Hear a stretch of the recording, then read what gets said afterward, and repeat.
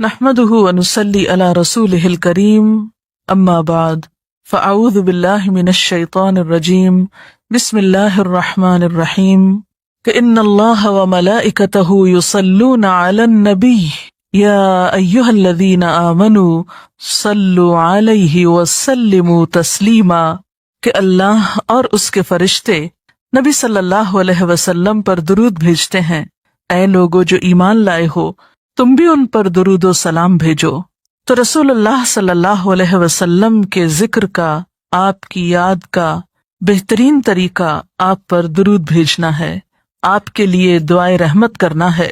وہ عظیم ہستی جس پر اللہ رب العزت کی رحمت برستی ہے، جس کا ذکر اللہ سبحانہ و تعالی فرشتوں میں کرتے ہیں، جن پر فرشتے دعائے رحمت بھیجتے ہیں، آخر ان کا ذکر اور ان پر درود و سلام میں اور آپ کیوں نہ بھیجیں گے؟ آپ صلی اللہ علیہ وسلم پر درود بھیجنا خود ہمارے اپنے لیے باعث سعادت ہے، باعث رحمت ہے۔ آپ صلی اللہ علیہ وسلم اس کے محتاج نہیں۔ مشرق ہو یا مغرب، شمال ہو یا جنوب، دنیا کے گوشے گوشے میں آپ کا ذکر خیر ہو رہا ہے، دن رات، آذانوں میں، نمازوں میں، جہاں جہاں آپ کا نام لیا جائے۔ لیکن اگر ہم درود شریف پڑھتے ہیں تو اس کا فائدہ خود ہم ہی کو پہنچتا ہے، ہمارے اپنے لیے باعث رحمت ہے، تمام غموں، دکھوں، تکلیفوں، مصیبتوں اور پریشانیوں سے نکلنے کا راستہ ہے، درجات کی بلندی کا ذریعہ ہے۔ رسول اللہ صلی اللہ علیہ وسلم نے فرمایا، جس نے مجھ پر ایک بار درود بھیجا، اللہ تعالیٰ اس پر 10 مرتبہ رحمتیں نازل فرمائے گا۔ ایک بار درود پڑھنے کا اجر و ثواب، اس کے 10 گناہ معاف فرمائے گا، یعنی صرف 10 رحمتیں نہیں، 10 گناہوں کی بخشش بھی ہوگی، اور 10 درجے بلند فرمائے گا، یعنی درجات کی بلندی بھی۔ اسی طرح درود شریف آپ صلی اللہ علیہ وسلم سے قربت کا ذریعہ بھی ہے۔ حدیث پاک میں آتا ہے، قال رسول اللہ صلی اللہ علیہ وسلم اولی الناس بی یوم القیامت اکثرہم علی صلاۃ، قیامت کے روز مجھ سے سب سے زیادہ قریب لوگ وہ لوگ ہوں گے جو دنیا میں سب سے زیادہ مجھ پر درود بھیجنے والے تھے، یعنی قیامت کے دن آپ کا قرب بھی درود شریف کی وجہ سے نصیب ہوگا۔ پھر اسی طرح اگر انسان کوئی اور دعا نہ بھی کر سکے، غم، دکھ اور تکلیف کی حالت میں صرف درود شریف بھی پڑھتا رہے تو اسے ساری دعاؤں سے کفایت کر جائے گا۔ ایک حدیث میں آتا ہے، حضرت ابی بن کعب رضی اللہ تعالی عنہ کہتے ہیں کہ میں نے آپ صلی اللہ علیہ وسلم سے عرض کیا، اے اللہ کے رسول صلی اللہ علیہ وسلم، میں آپ پر کثرت سے درود بھیجتا ہوں، یعنی بہت زیادہ آپ پر درود بھیجتا ہوں، اپنی دعا میں سے کتنا وقت میں درود کے لیے وقف کروں، یعنی جتنی میں دعائیں مانگتا ہوں ان میں سے کتنے وقت کے لیے درود پڑھا کروں، یعنی آپ پر دعائے رحمت بھیجوں یا آپ کے لیے دعائے رحمت کروں۔ درود کا مطلب یہی ہوتا ہے۔ تو آپ صلی اللہ علیہ وسلم نے فرمایا، جتنا تو چاہے۔ کہتے ہیں کہ میں نے عرض کیا، کیا 1/4 وقت صحیح ہے؟ 1/4؟ آپ نے فرمایا جتنا تو چاہے، لیکن اگر اس سے زیادہ کر لے تو تیرے ہی لیے بہتر ہے۔ میں نے عرض کیا، آدھا وقت مقرر کر لوں؟ آپ نے فرمایا جتنا تو چاہے، لیکن اگر اس سے زیادہ کر دے تو یہ تیرے ہی لیے بہتر ہے۔ میں نے عرض کیا، 2/3 مقرر کر لوں؟ آپ نے فرمایا جتنا تو چاہے، لیکن اگر زیادہ کرے تو تیرے ہی لیے بہتر ہے، یہ تجھی کو اس کا فائدہ ہوگا۔ میں نے عرض کیا، میں اپنی ساری دعا کا وقت درود کے لیے وقف کرتا ہوں، یعنی جتنی دیر میں اور دعائیں مانگتا ہوں وہ سارا وقت صرف آپ کے اوپر درود بھیجنے کے لیے وقف کر دیتا ہوں۔ اس پر آپ صلی اللہ علیہ وسلم نے فرمایا، پھر تو یہ تیرے سارے دکھوں اور غموں کے لیے کافی ہوگا اور تیرے گناہوں کی بخشش کا باعث ہوگا۔ گویا اگر کوئی شخص دعا نہ بھی مانگ سکے، مثلا بعض اوقات انسان کی ڈپریشن، غم، دکھ، تکلیف اور پریشانی کی وجہ سے ایسی حالت ہو جاتی ہے کہ انسان اپنے آپ کو بھی بھول جاتا ہے، اسے کوئی راستہ نظر نہیں آتا، اسے سمجھ ہی نہیں آتا کہ وہ مانگے بھی تو کیا مانگے۔ بعض مسائل زندگی میں ایسے ہوتے ہیں، بعض پریشانیاں اس طرح انسان پہ آ پڑتی ہیں کہ انسان ہوش و حواس کھونے لگتا ہے۔ ایسے میں اسے کہاں یاد رہے گا کہ وہ کیا مانگے اور کیا نہ مانگے؟ تو ایسی صورت میں درود شریف اس کے لیے سارے غموں، دکھوں اور تکلیفوں سے نجات کا ذریعہ بن جائے گا۔ پھر آپ دیکھیے کہ آپ صلی اللہ علیہ وسلم پر درود بھیجنے والے کے لیے اللہ تعالی کی طرف سے سلامتی کا وعدہ ہے۔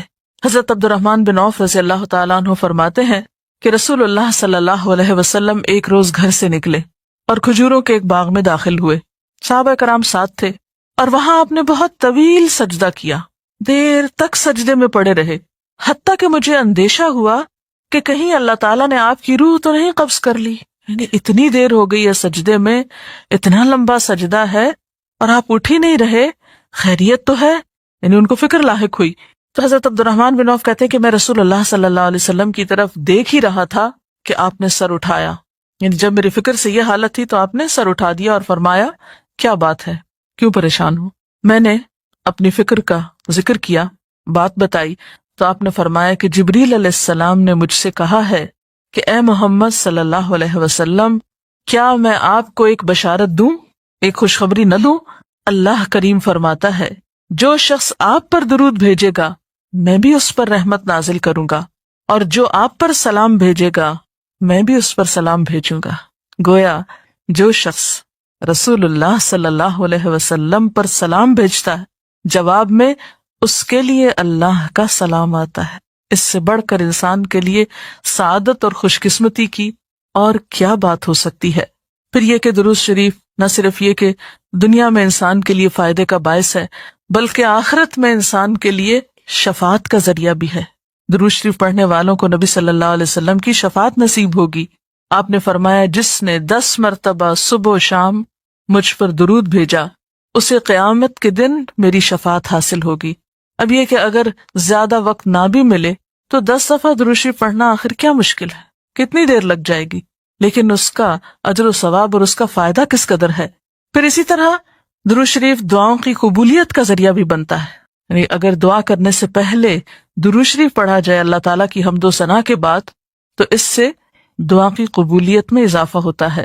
نبی صلی اللہ علیہ وسلم کے ساتھ حضرت عبداللہ بن مسعود اور حضرت ابوبکر اور حضرت عمر تشریف فرما تھے، تو حضرت عبداللہ بن مسعود کہتے ہیں کہ میں نماز پڑھ رہا تھا، میں بیٹھا تو پہلے اللہ تعالیٰ کی حمد و ثنا کی، پھر آپ پر درود بھیجا، پھر اپنے لیے دعا کی، تو آپ نے فرمایا اللہ سے مانگو ضرور دیے جاؤ گے، یعنی جس طریقے سے تم نے دعا کی ہے کہ پہلے اللہ تعالیٰ کی حمد و ثنا کی ہے پھر درود شریف پڑھا ہے، تو اب جو بھی تم دعا مانگو گے وہ دعا قبول ہوگی۔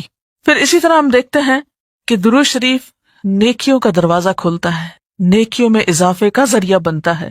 آپ نے فرمایا جس نے مجھ پر ایک دفعہ درود بھیجا اللہ تعالیٰ اس کے نامہ اعمال میں 10 نیکیاں لکھے گا۔ پھر اسی طرح فرشتوں کی دعائیں آتی ہیں اس شخص کے لیے جو درود شریف پڑھتا ہے۔ رسول اللہ صلی اللہ علیہ وسلم نے فرمایا جب تک کوئی مسلمان مجھ پر درود بھیجتا رہتا ہے اس وقت تک فرشتے اس کے لیے دعائیں رحمت کرتے رہتے ہیں، یعنی آپ درود شریف پڑھیں تو فرشتے آپ کے لیے دعا کرنے میں لگ جاتے ہیں۔ اب جو چاہے کم پڑھے اور جو چاہے زیادہ پڑھے، یعنی کتنی دعائیں چاہیے اس کو۔ دیکھیں ہم عام طور پر کتنا کہتے ہیں دوسروں سے کہ پلیز ہمارے لیے دعا کیجیے، ہمیں دعاؤں میں یاد رکھیے، دوسروں کی ایک طرح سے منت سماجت کر رہے ہوتے ہیں، لیکن کتنا آسان طریقہ ہے فرشتوں کی دعائیں لینے کا کہ انسان درود شریف پڑھنا شروع کر دے۔ اور وہ شخص جو درود نہ پڑھے وہ صرف اپنے آپ ہی کو نقصان دیتا ہے، اس لیے کہ درود شریف نہ پڑھنا انسان کے بخیل ہونے کی علامت ہے۔ آپ صلی اللہ علیہ وسلم نے فرمایا جس کے سامنے میرا نام لیا جائے اور پھر وہ مجھ پر درود نہ پڑھے تو وہ بخیل ہے۔ اس سے یہ بات بھی پتہ چلتی ہے کہ اگر ہم خود درود شریف نہیں بھی پڑھ رہے، لیکن اگر کوئی اور آپ کا ذکر خیر کر رہا ہے یا کوئی اور درود شریف پڑھ رہا ہے اور اگر وہ بلند آواز میں پڑھ رہا ہے تو ہمیں بھی آپ کا نام سنتے ہی دل میں درود شریف پڑھنا ہوگا، یہ بھی آپ کے ادب میں سے ایک ہے۔ اور قیامت کے دن اس شخص کے لیے جو درود نہ پڑھے، درود کا نہ پڑھنا حسرتوں کا باعث ہوگا۔ حضرت ابو ہریرہ رضی اللہ تعالی عنہ کہتے ہیں کہ رسول اللہ صلی اللہ علیہ وسلم نے فرمایا جس مجلس میں لوگ اللہ کا ذکر نہ کریں، یعنی اکٹھے ہوئے ہیں دنیا بھر کی باتیں کی لیکن اللہ سبحانہ و تعالیٰ کی کوئی بات نہیں کی، اور نبی صلی اللہ علیہ وسلم پر درود نہ بھیجیں، یعنی نہ تو اللہ کا ذکر کیا اور نہ ہی آپ پر درود بھیجا، وہ مجلس قیامت کے دن انسان کے لیے حسرت کا باعث ہوگی، انسان اس پر پچھتائے گا، خواہ وہ اپنے نیک اعمال کے بدلے میں جنت میں چلا ہی جائے۔ یعنی ایک شخص جنت میں بھی پہنچ گیا لیکن اس کو ایسی مجلسوں پر حسرت ضرور ہوگی جس میں اس نے اللہ کا ذکر اور رسول اللہ صلی اللہ علیہ وسلم پر درود نہ بھیجا ہوگا۔ اور اگر دیکھا جائے تو انسان کے اعمال میں ایسی کوتاہی اور غفلت بسا اوقات جنت سے محرومی کا سبب بھی بن جاتی ہے۔ آپ صلی اللہ علیہ وسلم نے فرمایا، جو مجھ پر درود پڑھنا بھول گیا اس نے جنت کا رستہ کھو دیا۔ یعنی جس نے اتنی غفلت برتی کہ کبھی آپ کا ذکر ہی نہیں کیا اور کبھی آپ کے لیے دعا ہی نہیں کی اور کبھی آپ کے لیے درود ہی نہیں پڑھا، تو اس نے اپنے لیے کیا کمایا؟ تو ہمارے لیے دن میں بے شمار مواقع ایسے ہوتے ہیں کہ جس میں ہم درود شریف پڑھ سکتے ہیں۔ سب سے پہلا موقع تو خود نماز کا موقع ہے، اس وقت تک نماز مکمل نہیں ہوتی جب تک ہم اس میں درود شریف نہیں پڑھتے۔ پھر اسی طرح عام نمازوں کے علاوہ نماز جنازہ میں بھی درود شریف پڑھا جاتا ہے۔ پھر اذان کے بعد درود شریف پڑھا جاتا ہے۔ آپ صلی اللہ علیہ وسلم نے فرمایا، جب مؤذن کی آواز سنو یعنی اذان سنو تو وہی کہو جو مؤذن کہتا ہے، یعنی اذان کا جواب دو، پھر مجھ پر درود پڑھو۔ یعنی اذان کا جواب دینے کے بعد جب اذان ختم ہو جائے تو کیا کرنا چاہیے؟ نبی صلی اللہ علیہ وسلم پر درود بھیجنا چاہیے، کیونکہ مجھ پر درود پڑھنے والے پر اللہ تعالیٰ 10 رحمتیں نازل فرماتا ہے۔ اس کے بعد میرے لیے اللہ سے وسیلہ مانگو، جو جنت میں ایک مقام ہے جو جنتیوں میں سے صرف کسی ایک ہی کو ملے گا، اور مجھے امید ہے کہ وہ جنتی میں ہی ہوں گا، یعنی آپ صلی اللہ علیہ وسلم ہی کے لیے وہ مقام ہے۔ اور آپ نے یہ بھی فرمایا کہ من سألی اللہ الوسیلہ، جس نے اللہ سے میرے لیے وسیلہ کی دعا کی، یعنی درود شریف کے علاوہ آت محمد الوسیلۃ دعا ہم پڑھتے ہیں، یہ دعا بھی پڑھی جانی چاہیے۔ تو جس نے یہ دعا پڑھی اس کے لیے میری شفاعت واجب ہو جائے گی، یعنی قیامت کے دن پھر میں اس کے لیے شفاعت کروں گا۔ نمازوں کے علاوہ، خاص مواقع کے علاوہ دن میں جب بھی آپ چاہیں درود شریف پڑھ سکتے ہیں، لیکن عام دنوں کے علاوہ جمعے کے دن خصوصی طور پر درود شریف پڑھنے کی تاکید ہے، کیونکہ آپ نے اس کا خود حکم دیا۔ آپ صلی اللہ علیہ وسلم نے فرمایا، جمعہ کے روز کثرت سے مجھ پر درود پڑھا کرو، جو آدمی جمعہ کے روز مجھ پر درود بھیجتا ہے وہ میرے سامنے پیش کیا جاتا ہے۔ اسی طرح دعا سے پہلے، دعا کے بعد، پھر جہاں کہیں آپ کا نام لیا جا رہا ہو یا لکھا جا رہا ہو یا کسی بھی طرح آپ کا ذکر آئے، وہاں آپ کے لیے درود پڑھنا۔ اسی طرح مسجد میں داخل ہوتے وقت درود شریف پڑھنا، مسجد سے نکلتے وقت درود شریف پڑھنا، پھر نماز سے فارغ ہونے کے بعد درود شریف پڑھنا، یعنی ایک تو نماز کے اندر ہے لیکن نماز سے فراغت کے بعد، پھر اسی طرح ہر مجلس میں آپ پر درود پڑھنا ضروری ہے، پھر اسی طرح صبح و شام کے اوقات میں، یعنی یہ تمام مواقع ایسے مواقع ہیں جس میں آپ درود شریف پڑھ سکتے ہیں۔ اور موقع کوئی ہو یا نہ ہو، دن یا رات کی گھڑیوں میں سے جس گھڑی میں آپ چاہیں، جب چاہیں، چلتے پھرتے کام کاج کرتے، آپ اللہ کے رسول صلی اللہ علیہ وسلم کو یاد کر سکتے ہیں، آپ کے لیے درود اور سلام پڑھ سکتے ہیں۔ اللہ تعالیٰ ہمیں ان لوگوں میں شامل کرے جو کثرت سے آپ پر درود بھیجتے ہیں۔ اس سلسلے میں اگر کوئی آپ کا سوال ہو تو آپ کر سکتے ہیں۔ ڈاکٹر صاحب، رسول اللہ صلی اللہ علیہ وسلم پر درود شریف پڑھنے کے لیے کیا وضو کا ہونا لازمی ہے؟ وضو کی شرط نماز اور طواف کے لیے، یہ 2 کام وضو کے بغیر نہیں ہو سکتے۔ یعنی اگر کوئی وضو کے بغیر نماز پڑھے گا تو اس کی نماز نہیں ہوگی، یعنی نماز قبول نہیں ہوگی۔ اسی طرح خانہ کعبہ کا طواف کرنے کے لیے وضو شرط ہے، لیکن اس کے علاوہ باقی نیکی کے کاموں کو کرنے کے لیے اور عام حالات میں بھی باوضو رہنا بہت فضیلت کی بات ہے۔ لیکن مثلاً اگر آپ قرآن پاک پڑھ رہے ہیں اور آپ کا وضو نہیں ہے تو وہ وضو کا نہ ہونا تلاوت میں خلل انداز نہیں ہوگا، یہ نہیں کہ آپ کی تلاوت قبول نہیں ہوگی، آپ کو جو بھی صورت یاد ہے آپ پڑھ سکتے ہیں۔ اسی طرح اگر قرآن پاک بغیر وضو کے آپ اپنی زبان سے پڑھ سکتے ہیں تو درود شریف بھی پڑھ سکتے ہیں، اس میں کوئی شرط نہیں ہے۔ لیکن ظاہر ہے کہ باوضو پڑھنے میں اور بغیر وضو پڑھنے میں فرق تو ہے۔ باوضو درود شریف پڑھنا زیادہ بہتر ہے، پسندیدہ ہے بنسبت بغیر وضو کے۔ لیکن اگر کسی شخص کا وضو زیادہ قائم نہیں رہتا یا اس کو وضو کرنے کا موقع نہیں، تو اس کا یہ مطلب نہیں کہ وہ درود شریف پڑھنا چھوڑ دے کہ اب وضو سے نہیں تو اب درود شریف ہوگا نہیں یا پڑھنا بے ادبی ہے، ایسی بات بھی نہیں۔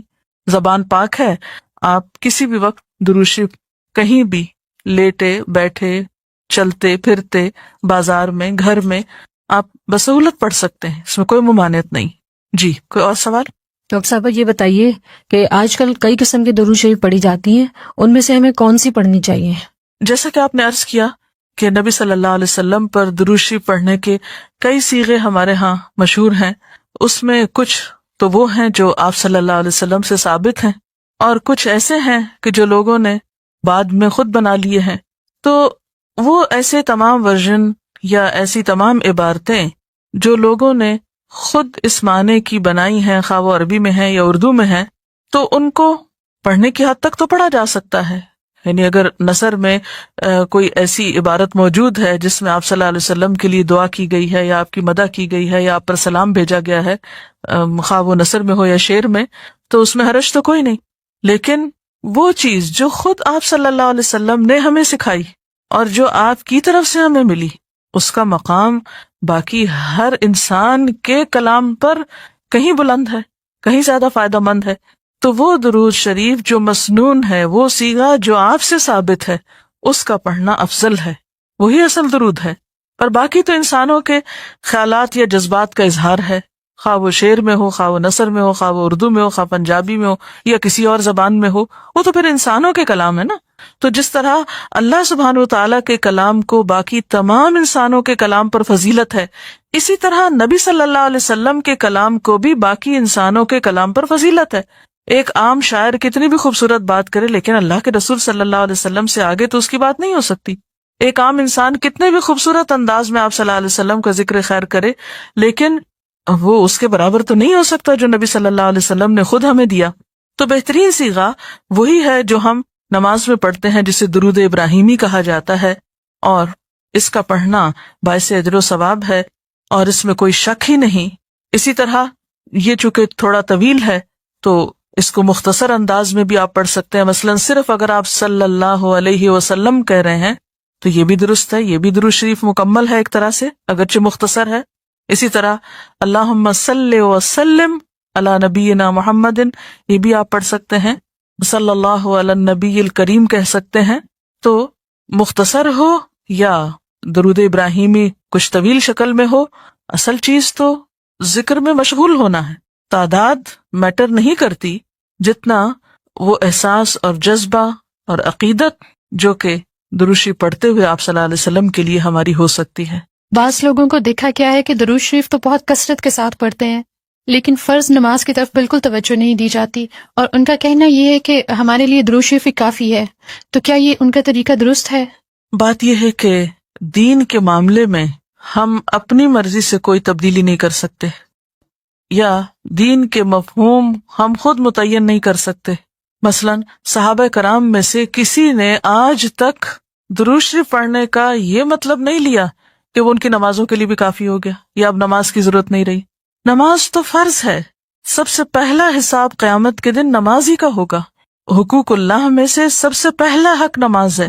تو یہ درود شریف پڑھنا تو نبی صلی اللہ علیہ وسلم کا حق ہے، اور نماز پڑھنا اللہ کا حق ہے. اب یہ دو حقوق اپنی اپنی جگہ پر ہیں. آپ کو یہ حق نہیں دیا گیا کہ آپ ایک کا حق دیتے دیتے دوسرے کا حق مار دیں. لہٰذا یہ کہنا بالکل درست نہیں کہ درود شریف نماز کی جگہ پر بھی کافی ہے یا نماز کی اب ضرورت نہیں رہی، صرف درود شریف ہی کافی ہے. یہ پھر حد سے بڑھنا ہوگا، اعتدال سے نکلنے کی بات ہے. تو ہمارا دین ہمیں اعتدال سکھاتا ہے، ہر چیز اپنے مقام پر ہی خوبصورت ہوتی ہے. جی کوئی اور سوال؟ مومن جو ہے وہ جنت میں جا کر کیوں حسرت کرے گا؟ حالانکہ مومن کا تو مقصد یہی ہوتا ہے کہ وہ جنت میں چلا جائے، پھر بھی مطلب وہ کیوں اس پر حسرت کرے گا؟ اب دیکھیے دنیا میں بھی بہت دفعہ ایسا ہوتا ہے کہ مثلاً ایک کھلاڑی ہے، بہت اچھی اس کی پرفارمنس ہے، ٹیم کامیاب بھی ہو جاتی ہے، لیکن اس کے باوجود اگر کہیں کوئی کمی رہ جائے تو اس پر حسرت بھی ہوتی ہے کامیابی کے باوجود. مثلاً ایک طالب علم بہت اچھی پوزیشن امتحان میں حاصل کرتا ہے اور اس کے ساتھ بعض اوقات اس کو افسوس بھی ہوتا ہے کہ اگر میں تھوڑی سی محنت اور کرتا تو میں فلاں مقام پہ پہنچ جاتا. اسی طرح اگرچہ جنت میں جا کر انسان بہت خوش اور مطمئن ہوگا، لیکن اس کے ساتھ ساتھ اس کو اپنی کوتاہیوں یا اپنے کچھ فرائض کے بارے میں برتی غفلت پر افسوس بھی ہوگا اور حسرت بھی ہوگی، اور اس وقت انسان چاہے گا کہ کاش میں اس وقت کو اس طرح استعمال نہ کرتا، اس سے بہتر کاموں میں کرتا. اور ان میں سے ایک درود شریف میں کوتاہی ہے. جیسا کہ ہم دیکھتے ہیں کہ کچھ لوگ نبی صلی اللہ علیہ وسلم کہنے کے بجائے صرف نبی صلی اللہ علیہ وسلم کہتے ہیں، تو کیا ایسا کہہ سکتے ہیں؟ عام طور پر لوگ صلی اللہ علیہ وسلم کو مخفف کر دیتے ہیں، یعنی اس کی صرف ایبریویشن استعمال کرتے ہیں. میرے خیال میں ایسا کہنا درست نہیں. جہاں سلم کہا جا رہا ہے وہاں صلی اللہ علیہ وسلم کہنے میں کتنی دیر لگتی. میرا خیال ہے کہ سب سے آسان کام زبان استعمال کرنا ہے. دنیا کی باتوں میں ہم کبھی نہیں تھکتے. لمبی لمبی گفتگویں، ایک بات کو بار بار کرنا ہماری عام عادت میں شامل ہوتا ہے. لیکن جہاں ایسے کلام کی بات آتی ہے کہ جس کے ایک دفعہ ادا کرنے سے 10 رحمتیں ہم پر آتی، وہاں ہم بخل کر جاتے ہیں. تو سلم کہنے کی بجائے صلی اللہ علیہ وسلم ہی کہنا چاہیے، یا پھر علیہ السلام کہہ دینا چاہیے اگر بہت ہی مختصر کرنا ہے، یعنی نبی علیہ السلام جیسے بعض لوگ کہتے ہیں. لیکن بہتر تو یہی ہے کہ صلاۃ اور سلام دونوں ہی ہوں. وآخر دعوانا ان الحمد للہ رب العالمین. سبحانک اللہم وبحمدک نشہد ان لا الہ الا انت نستغفرک ونتوب الیک.